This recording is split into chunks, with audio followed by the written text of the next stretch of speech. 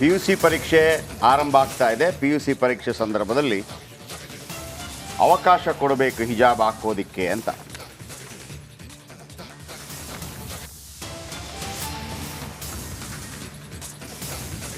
ಇನ್ನು ಮುಸ್ಲಿಂ ಮುಖಂಡರು ವರ್ಸಸ್ ರಾಜ್ಯ ಸರ್ಕಾರ. ಮುಸ್ಲಿಂ ಮುಖಂಡರು ಅಂದರೆ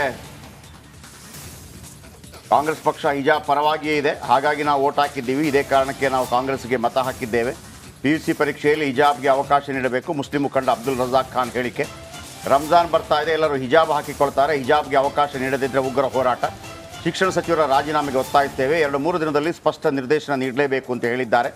ಕಾಂಗ್ರೆಸ್ ಸರ್ಕಾರಕ್ಕೆ ಅಬ್ದುಲ್ ರಜಾಕ್ ಡೆಡ್ಲೈನ್.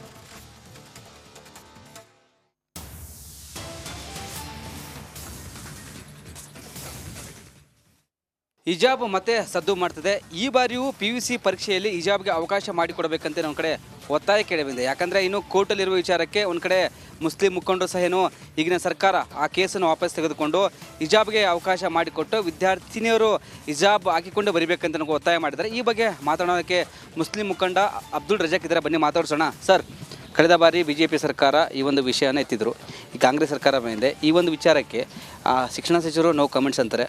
ಪರೀಕ್ಷೆ ಹತ್ತಿರ ಬರ್ತಿದೆ, ಒಂದು ಕಡೆ ಗೊಂದಲ ಗೂಡಾಗಿದೆ ವಿದ್ಯಾರ್ಥಿನಿಯರಿಗೆ. ರಂಜಾನ್ ಹಬ್ಬ ಬರ್ತಿರೋದ್ರಿಂದ ಕೆಲವೊಂದು ಮುಸ್ಲಿಂ ಮಹಿಳೆಯರು ಅಕಸ್ಮಾತ್ ಹಿಜಾಬ್ ಯಾರು ಹಾಕ್ತಿರ್ಲೇ ಇಲ್ವೋ ಅವರು ಕೂಡ ರಂಜಾನ್ ತಿಂಗಳಲ್ಲಿ ಹಿಜಾಬನ್ನು ಹಾಕ್ಕೋತಾರೆ. ಈ ಸಂದರ್ಭದಲ್ಲಿ ಮಾರ್ಚ್ 1ರಿಂದ ಮಾರ್ಚ್ 20ರವರೆಗೆ ಇವರ ಪರೀಕ್ಷೆ ಬರೆದ್ರಿಂದ ಹಿಜಾಬ್ಗೆ ಅವಕಾಶ ಕೊಡಲೇಬೇಕು. ಕಾಂಗ್ರೆಸ್ ಸರ್ಕಾರದ ನಿಲುವು ಸ್ಪಷ್ಟವಾಗಿತ್ತು. ಚುನಾವಣೆಗಿನ ಮುಂಚೆ ನಾವು ಹಿಜಾಬ್ ಪರ ಇದ್ದೀವಿ. ಸನ್ಮಾನ್ಯ ಮುಖ್ಯಮಂತ್ರಿಗಳು ಸಿದ್ದರಾಮಯ್ಯನವರು ಹಿಜಾಬ್ ಪರನೇ ಮಾತಾಡಿದ್ರು. ಪ್ರತಿಯೊಂದು ಸಲ ಯಾವ ಕಾಂಗ್ರೆಸ್ ನಾಯಕತ್ವ ಹೋದ್ರೂ ಅವರು ಹಿಜಾಬ್ ಪರನೇ ಮಾತಾಡಿದ್ರು. ಆದರೆ ಸರ್ಕಾರ ಬಂದ ನಂತರ 13ನೇ ಅಕ್ಟೋಬರ್ 2022 ಸುಪ್ರೀಂ ಕೋರ್ಟಲ್ಲಿ ಸುಧಾಂಶು ಧುಲಿಯಾ ಮತ್ತು ಜಸ್ಟಿಸ್ ಹೇಮಂತ್ ಗುಪ್ತಾ ಮುಂದೆ ಅವರು ಸ್ಪ್ಲಿಟ್ ವರ್ಡಿಗೆ ಬಂದ ನಂತರ ಇದುವರೆಗೂ ಅದ್ರ ಮೇಲೆ ಆ್ಯಕ್ಷನ್ ಆಗಿಲ್ಲ.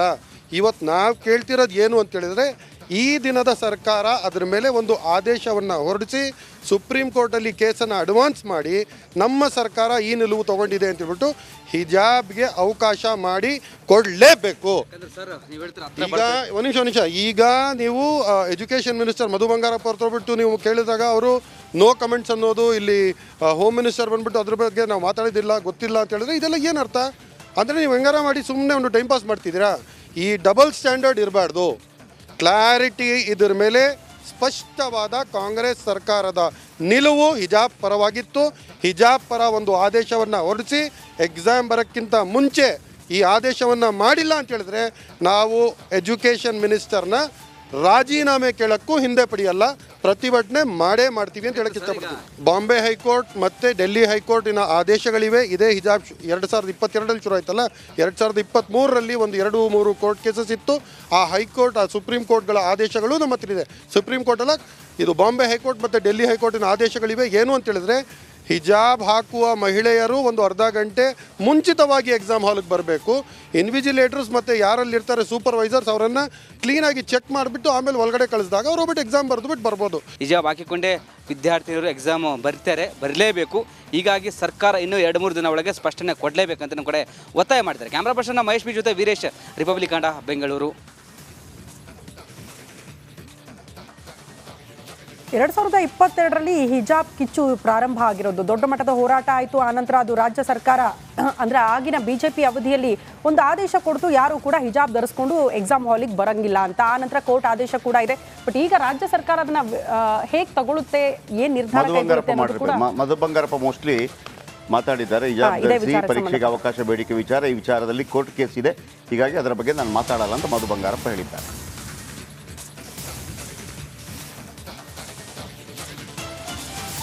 ಹಿಜಾಬ್ ಧರಿಸಿ ಪರೀಕ್ಷೆಗೆ ಅವಕಾಶಕ್ಕೆ ಬೇಡಿಕೆ ವಿಚಾರ, ಹೀಗಾಗಿ ಅದರ ಬಗ್ಗೆ ನಾನು ಮಾತನಾಡಲ್ಲ ಅಂತೇಳಿ ಮಧು ಬಂಗಾರಪ್ಪ ಹೇಳಿದ್ದಾರೆ.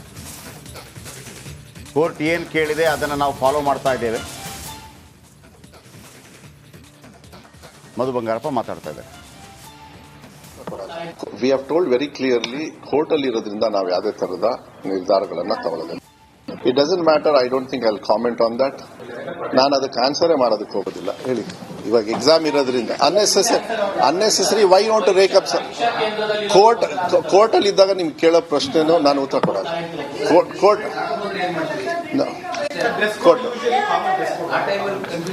allowed ಕೋರ್ಟಲ್ಲಿ ಏನಿದೆ ಅದು ಮಾತ್ರ ಇರ್ತದೆ ಹೊರತು ಮತ್ತಿನ್ನೇನು ಇರಲ್ಲ. We have told very clearly ಕೋರ್ಟಲ್ಲಿ ಇರೋದ್ರಿಂದ ನಾವು ಯಾವುದೇ ಥರದ ನಿರ್ಧಾರಗಳನ್ನು ತಗೊಳ್ಳೋದಿಲ್ಲ. It doesn't matter. I don't think I will comment on that. ನಾನು ಅದಕ್ಕೆ ಆನ್ಸರೇ ಮಾಡೋದಕ್ಕೆ ಹೋಗೋದಿಲ್ಲ. ಹೇಳಿ. ಓಕೆ, ವೀರೇಶ್ ಇದರ ಬಗ್ಗೆ ಇನ್ನಷ್ಟು ಹೆಚ್ಚಿನ ಮಾಹಿತಿ ಕೊಡೋದಕ್ಕೆ ನಮ್ಮೊಂದಿಗೆ ನೇರ ಸಂಪರ್ಕದಲ್ಲಿದ್ದಾರೆ. ಒಂದು ಕಡೆ ಅಬ್ದುಲ್ ರಜಾಕ್ ಅಥವಾ ಮುಸ್ಲಿಂ ಮುಖಂಡರು ಇದರ ಬಗ್ಗೆ ಡಿಮಾಂಡ್ ಮಾಡ್ತಾ ಇದ್ದಾರೆ, ಕೊಡಿ ಅಂತ ಹೇಳಿ. ಇಲ್ಲಿ ನೋಡಿ, ಉಡುಪಿಯಲ್ಲಿ ಫೆಬ್ರವರಿ 2022 ಹಿಜಾಬ್ ಕಿಚ್ಚು ಶುರು ಆಗುತ್ತೆ. ಅಲ್ಲಿ 5 ಹೆಣ್ಣುಮಕ್ಕಳು ಹಾಕೊಂಡ್ ಬಂದಿದ್ರು ಅಂತೇಳಿ. ಫೆಬ್ರವರಿ 5 ರಾಜ್ಯ ಸರ್ಕಾರದ ಆದೇಶ, ಅಂದ್ರೆ ಬಿಜೆಪಿ ಸರ್ಕಾರದ ಅವಧಿಯಲ್ಲಿ ಹಿಜಾಬ್ ಬ್ಯಾನ್ ಮಾಡ್ತಾರೆ. ಫೆಬ್ರವರಿ 5 ರಾಜ್ಯ ಸರ್ಕಾರದ ಆದೇಶ ಬರುತ್ತೆ, ಸಮವಸ್ತ್ರ ಕಡ್ಡಾಯವಾಗಿ ಧರಿಸಬೇಕು ಅಂತೇಳಿ. ನಂತರ ಅದು ಉಡುಪಿಯ ಜಿ.ಎನ್. ಕಾಲೇಜಿನಲ್ಲಿ ಹಿಜಾಬ್ಗೆ ನಿಷೇಧ ಆಗುತ್ತೆ, ಪರ ವಿರೋಧ ಪ್ರತಿಭಟನೆ ಆಗುತ್ತೆ. ಆಮೇಲೆ ಮುಸ್ಲಿಂ ವಿದ್ಯಾರ್ಥಿಗಳಿಂದ ಹೈಕೋರ್ಟ್ನಲ್ಲಿ ಅರ್ಜಿ ಸಲ್ಲಿಕೆ ಆಗುತ್ತೆ. ಫೆಬ್ರವರಿ 10 ಹೈಕೋರ್ಟ್ನಿಂದ ಮಧ್ಯಂತರ ಆದೇಶ ಆಗುತ್ತೆ. ಯಾವುದೇ ಧಾರ್ಮಿಕ ಉಡುಪು ಧರಿಸದಂತೆ ನಿರ್ಬಂಧ ಆಗುತ್ತೆ. 11 ದಿನದಲ್ಲಿ ಸುಮಾರು 23 ಗಂಟೆಗಳ ಕಾಲ ವಿಚಾರಣೆ ಆಗುತ್ತೆ. ಮಾರ್ಚ್ 15, 2022 ಹೈಕೋರ್ಟ್ ಆದೇಶ ಕೊಡುತ್ತೆ. ಹಿಜಾಬ್ ಆಮೇಲೆ ಡಿಸೆಂಬರ್ 2023 ಹಿಜಾಬ್ ನಿರ್ಬಂಧದ ಆದೇಶ ರದ್ದಾಗುತ್ತೆ. ಈಗ ವೀರೇಶ್ ಇದ್ದಾರೆ. ವೀರೇಶ್, ಈಗ ಕೋರ್ಟಲ್ಲಿ ಏನಿದೆ? ಈಗ ಅವ್ರು ಹೇಳಿದ್ರಲ್ಲ, ಕೋರ್ಟ್ ನಾನು ಈಗ ಏನು ಮಾತಾಡೋಕ್ಕೆ ಬರೋದಿಲ್ಲ ಅಂಥೇಳಿ. ಕಾಂಗ್ರೆಸ್ ಹಿಜಾಬ್ ಪರವಾಗಿ ಮಾತಾಡಿತ್ತು. ಸಿದ್ದರಾಮಯ್ಯನವರು ಈಗಲೂ ನನಗೆ ನೆನಪಿದೆ, ಹಿಂಗೇನೋ ತಲೆಗೆ ಹಾಕೋತಾರೆ, ಏನು ತಪ್ಪು ಅಂತ ಹಾಕಿತ್ತು. ಇದಕ್ಕಿಂತ ಹೊರತಾಗಿ ವೀರೇಶ್ ಮಾತಾಡಲಿ, ಅದರ ಬಗ್ಗೆ ಕೂಡ ಹೇಳೋಣ. ವೀರೇಶ್, ಈಗ ಎಲ್ಲಿ ಈಗ ಇವರು ಮುಸ್ಲಿಂ ಮುಖಂಡರು ಡಿಮಾಂಡ್ ಮಾಡ್ತಾ ಇದ್ದಾರೆ ಅವಕಾಶ ಕೊಡಬೇಕು ಅಂತೇಳಿ. ಕೊಡಬೇಕಾ ಅನ್ನೋ ಕಾರಣಕ್ಕಾಗಿ ಇಲ್ಲಿ ಕೋರ್ಟ್ ಇಲ್ಲಿ ತನಕ ಏನು ಬಂದು ಹೇಳಿದೆ? ಕೋರ್ಟಲ್ಲಿ ಏನಿದೆ ಈಗ? ಇದು ಕೋರ್ಟಲ್ಲಿ ಒಂದು ಅಂತಿಮ ನಿರ್ಧಾರಗಳು ಬಂದಿದೆಯಾ? ಒಮ್ಮೆ ತಡೆ ಅಥವಾ ಆಮೇಲೆ ಒಮ್ಮೆ ಏನೋ ಆದೇಶ, ಹಿಂಗೆಲ್ಲ ಆಗಿ ಎಲ್ಲಿ ತನಕ ಬಂದು ನಿಂತಿದೆ? ಮಧು ಬಂಗಾರಪ್ಪ ಈ ರೀತಿ ತಡವರಿಸುತ್ತಾ ಇರೋದಕ್ಕೆ ಏನು ಕಾರಣ?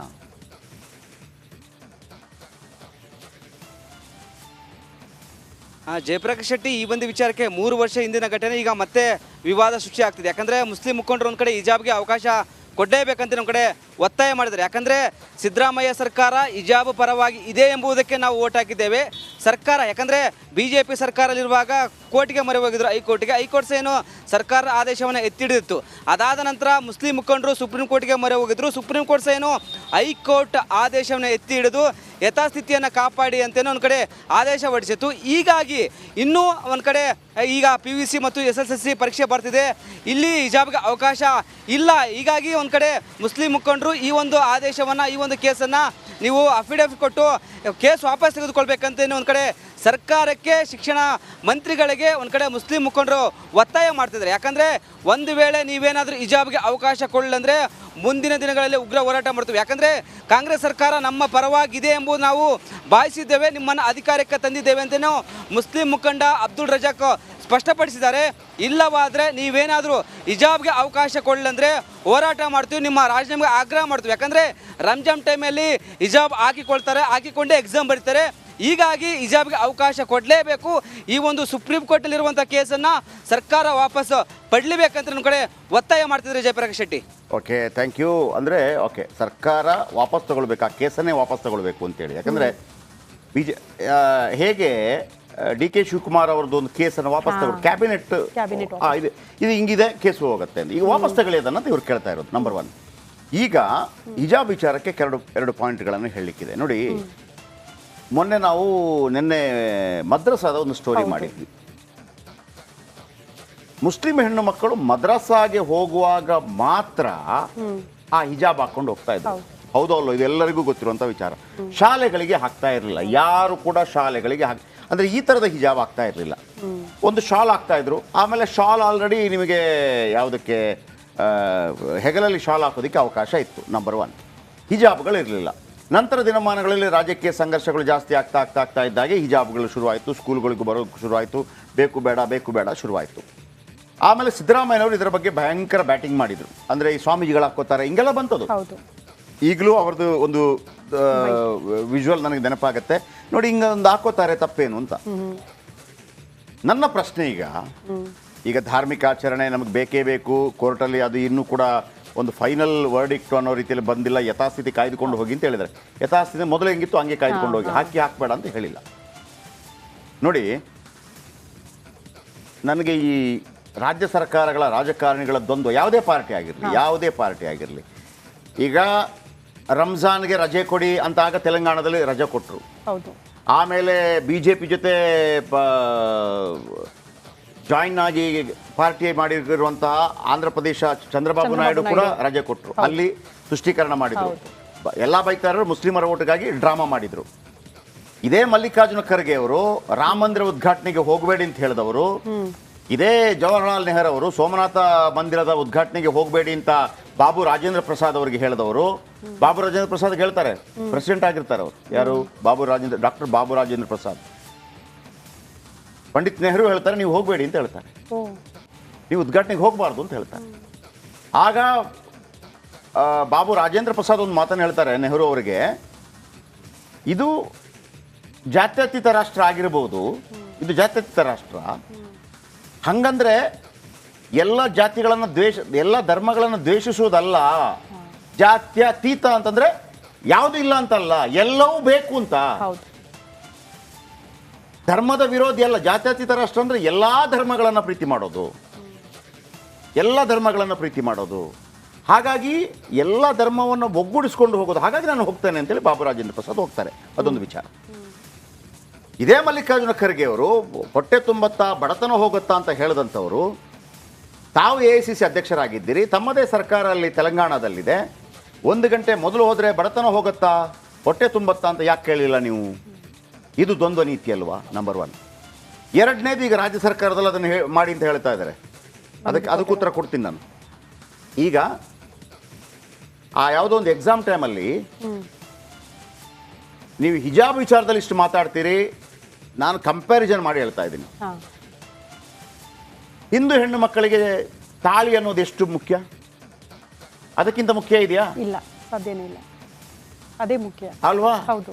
ಒಂದು ತಾಳಿ ಕಟ್ಟಾದ ತಕ್ಷಣ ಅವ್ರಿಗೆ ಗಲಿಬಿಲಿ ಆಗೋಕ್ಕೆ ಶುರು ಆಗುತ್ತೆ. ಕೆಲವರು ಹೇಳ್ತಾರೆ 2 ತಾಳಿಗಳು ಹಾಕಬಾರ್ದು, ಮತ್ತೊಂದು ಹಾಕಬಾರ್ದು, ಒಂದು ವೇಳೆ ಹಾಕ್ಬೇಕಿದ್ರು. ಯಾವ್ಯಾವ ಎಕ್ಸಾಮಲ್ಲಿ ನೀವು ತಾಳಿ ಕಟ್ ಮಾಡಿಸೋದಿಲ್ವಾ? ತಾಳಿ ಕಟ್ ಮಾಡಿ ತೆಗ್ದದ್ದಿದೆ, ಬಟ್ಟೆ ಕಟ್ ಮಾಡಿದ್ ಕೂಡ, ಬಟ್ಟೆ ಕಟ್ ಮಾಡಿ ತೆಗ್ದದ್ದಿದೆ, ಆಮೇಲೆ ಬಳೆ ಕಟ್ ಮಾಡಿ ತೆಗ್ದದ್ದಿದೆ, ಹೂ ತೆಗ್ಸಿದ್ದಿದೆ, ರವಿಕೆ ಕಟ್ ಮಾಡಿಸಿದ್ದಿದೆ, ಆಮೇಲೆ ಕಾಲಲ್ಲಿದ್ದ ಗೆಜ್ಜೆ ತೆಗ್ಸಿದ್ದಿದೆ. ಆಯ್ತು ಬಿಡಿ, ಇನ್ನೊಂದು ವಿಚಾರಕ್ಕೆ ಬರ್ತೀನಿ ನಾನು. ಕ್ರಿಶ್ಚಿಯನ್ ಸ್ಕೂಲ್ಗಳಲ್ಲಿ ಹೆಣ್ಣು ಮಕ್ಕಳಿಗೆ ಕುಂಕುಮ, ಹಿಂದೂ ಹೆಣ್ಣು ಮಕ್ಕಳಿಗೆ ಕುಂಕುಮ, ಹೂ, ಬಳೆ ನೀವು ತೆಗ್ಸಿಲ್ವಾ? ನೀವು ತೆಗ್ಸಿದ್ದೀರಿ ತಾನೆ? ಯಾಕೆ ಆವಾಗ ಮಾತಾಡಲಿಲ್ಲ? ನಿಮ್ಮ ನಾಲಿಗೆಗೇನು ಸೀಸಾ ತುಂಬಿದ್ರೆ ಯಾರಾದರೂ ಮಾತಾಡಿಲ್ಲ? ಯಾರು ಮಾತಾಡಿಲ್ಲ ತಾನೆ? ಆಗಿತ್ತು ತಾನೆ? ವೀಕ್ಷಕರೇ ಹೇಳಬೇಕು ನನಗೆ, ನೀವು ಕ್ರಿಶ್ಚಿಯನ್ ಶಾಲೆಗಳಿಗೆ ಹೋದಾಗ ಅಲ್ಲಿ ಹೆಣ್ಣು ಮಕ್ಕಳು ಕುಂಕುಮ ಹಾಕಬಾರ್ದು, ಹೆಣ್ಣು ಮಕ್ಕಳು ಹೂ ಮುಡಿಬಾರ್ದು, ಹೆಣ್ಣು ಮಕ್ಕಳು ಬಳೆ ತೊಡಬಾರ್ದು ಅಂತ ಹೇಳಿದ್ದೀರಲ್ವಾ? ಈಗಲೂ ಕೂಡ ಕ್ರಿಶ್ಚಿಯನ್ ಸಮುದಾಯದ ಶಾಲೆಗಳಲ್ಲಿ ಯೇಸು ಕ್ರಿಸ್ತನ ಶಿಲ್ಬೆಯ ಒಂದು ಚಿಹ್ನೆ ಕೊಡ್ತೀರಲ್ವಾ? ಯಾರಾದರೂ ಅದರ ಬಗ್ಗೆ ಮಾತಾಡಿದ್ದಾರೆ? ಹಿಂದೂಗಳು ಯಾವತ್ತೂ ಮಾತಾಡಿಲ್ಲ.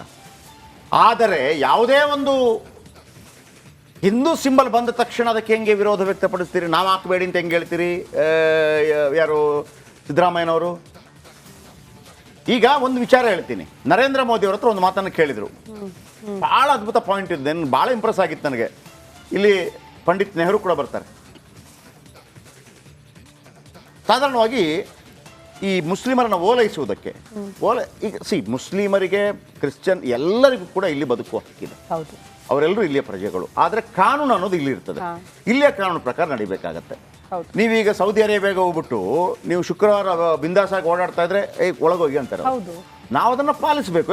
ಆಗಲ್ಲಪ್ಪ ಅಂತಂದ್ರೆ ಅದು ಅಲ್ಲಿಯ ಕಾನೂನು. ಇಲ್ಲಿಯ ಕಾನೂನು ಇದ್ದಾಗ ಇಲ್ಲಿಯ ಕಾನೂನು ಥರ ಇರಬೇಕು. ನಾನು ಮೋದಿಯವರ ವಿಚಾರವನ್ನು ಹೇಳಿದೆ. ಮೋದಿಯವರ ಹತ್ರ ಈ ಸಾಧಾರಣ ನೀವು ನೋಡಿರ್ತೀರಿ, ಕುಮಾರಸ್ವಾಮಿ ಇರ್ಬೋದು, ಯಡಿಯೂರಪ್ಪ ಇರ್ಬೋದು, ಸಿದ್ದರಾಮಯ್ಯ ಇರ್ಬೋದು, ಹೋದ ತಕ್ಷಣ ಒಂದು ಮುಸ್ಲಿಮರ ಟೋಪಿ ಹಾಕ್ತಾರೆ. ನರೇಂದ್ರ ಮೋದಿ ಅವರಿಗೆ ಆ ಟೋಪಿಯನ್ನು ಹಾಕೋಕೆ ಬಂದರು ಯಾರೋ. ಆ ಬಿಳಿ ಟೋಪಿ ಇರುತ್ತಲ್ಲ ಮುಸ್ಲಿಮರು ಸಾಧಾರಣವಾಗಿ ಹಾಕೋತಾರೆ ಕೆಲವರು. ನರೇಂದ್ರ ಮೋದಿ ಅವರು ಅದನ್ನು ಒಪ್ಪಲಿಲ್ಲ.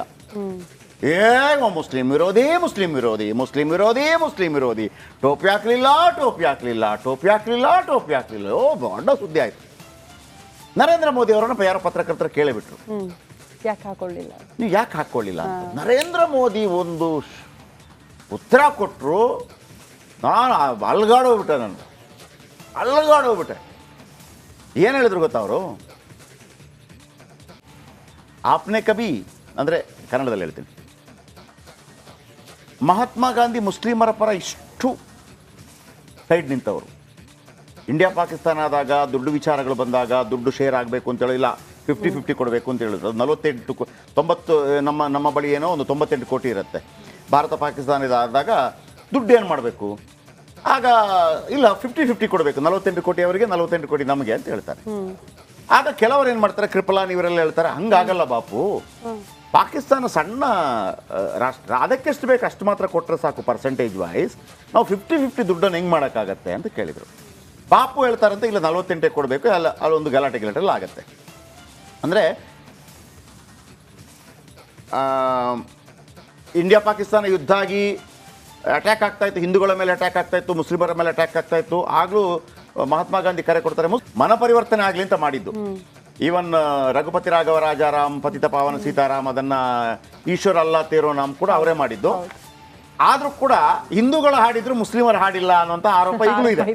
ಇರಲಿ, ಈ ವಿಚಾರಕ್ಕೆ ಬರ್ತೀನಿ ನಾನು, ಮೇನ್ ಪಾಯಿಂಟಿಗೆ ಬರ್ತೀನಿ. ಅವ್ರು ಕೇಳ್ತಾರೆ ನೀವು ಯಾಕೆ ಟೋಪಿ ಹಾಕಿಲ್ಲ ಅಂತ. ಅದಕ್ಕೆ ಕೇಳಿದ್ರು ಮಹಾತ್ಮ ಗಾಂಧಿ ಮತ್ತು ಪಂಡಿತ್ ಜವಾಹರ್ಲಾಲ್ ನೆಹರು ಮುಸ್ಲಿಮರ ಪರ ವಹಿಸಿದಷ್ಟು ಯಾರೂ ವಹಿಸಲಿಲ್ಲ. ಯಾವತ್ತಾದರೂ ಮಹಾತ್ಮ ಗಾಂಧಿ ಮತ್ತು ಪಂಡಿತ್ ಜವಾಹರ್ಲಾಲ್ ನೆಹರು ಈ ಮುಸ್ಲಿಮರ ಟೋಪಿ ಹಾಕಿದ್ದನ್ನು ನೋಡಿದ್ದೀರಾ ನೀವು?